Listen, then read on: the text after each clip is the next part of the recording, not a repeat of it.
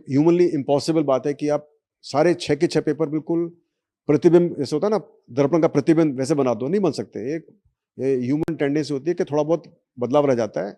ये मैथ्स नहीं है, खाली साइंस मैथ्स नहीं है, इसमें आर्ट्स भी है, कई सारी चीज़ें हैं, जहाँ पर कि ये पॉसिबल नहीं है कि वो सारे क्वेश्चन एक से हो जाएँ, तो वो भी संभव नहीं है। यानी कि कुछ ना कुछ फ़र्क तो हर पेपर में रहेगा ही रहेगा। तो यानी कहने का मतलब है किसी पारी में पेपर टफ़ आएगा, किसी पारी में ईज़ी आएगा।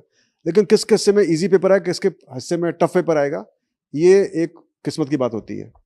अब ये कार्रवाई हो जाएगी, होने के बाद में फिर उसके मार्क्स हम लेते हैं। ये पूरी एक स्टैटिस्टिकल प्रक्रिया होती है, जो एक्सपर्ट के द्वारा की जाती है और फिर डिसाइड किया जाता है कि किस पारी का पेपर आसान था, किसका डिफ़िकल्ट था। कैसे पता लगता है?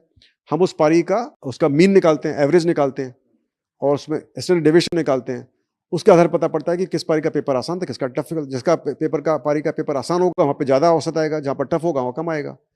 उसके बाद में फिर एक स्टैटिस्टिकल प्रक्रिया है, ये एक फ़ॉर्मूला है जिसका हम भी इस्तेमाल करते हैं, आरपीएससी भी इस्तेमाल करता है, यूपीएससी जो भी अलग-अलग एजेंसीज़ हैं जो कि वेल नोन एजेंसीज़ हैं कंट्री की, वो करती हैं। और इस फ़ॉर्मूले को कोर्ट के अंदर भी, कोर्ट को शायद सुप्रीम कोर्ट के अंदर भी इसको चैलेंज किया गया, वहाँ पे भी इसको सही पाया गया। तो एक यूनिवर्सल फ़ॉर्मूला है जो कि हमेशा से यूज़ करते आए हैं, हमने पहले भी यूज़ किया हुआ है। अभी सीईटी के अंदर भी हमने यूज़ किया था। सिर्फ सीईटी में फ़र्क ये था कि वहाँ पर बहुत ज़्यादा बच्चे पास हो गए, इसलिए किसी को अखरा नहीं और ज़्यादा फ़र्क भी नहीं पड़ा। लेकिन पटवारी परीक्षा जो पहली बार हुई थी, उसके अंदर भी ऑलमोस्ट सेम तरह का था कि नंबर काफ़ी बढ़े थे, 8-10 नंबर बढ़े थे, 8-10 नंबर कम हुए थे। उसके अंदर भी फ़र्क 20 नंबर का हो गया था। इसमें अपना कोई कंट्रोल नहीं होता है, ये सब एक साइंटिफिक तरीके से होता है, बहुत ही well tested, well proven system है, जिसकी वजह से मार्क्स घटते और बढ़ते हैं।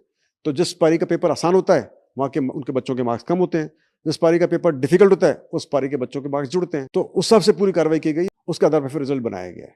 हम देख ही नहीं सकते नुकसान फायदे का, हम तो सिर्फ देखते हैं प्रोसेस क्या होना चाहिए। तो हमने वो प्रोसेस अपनाया है।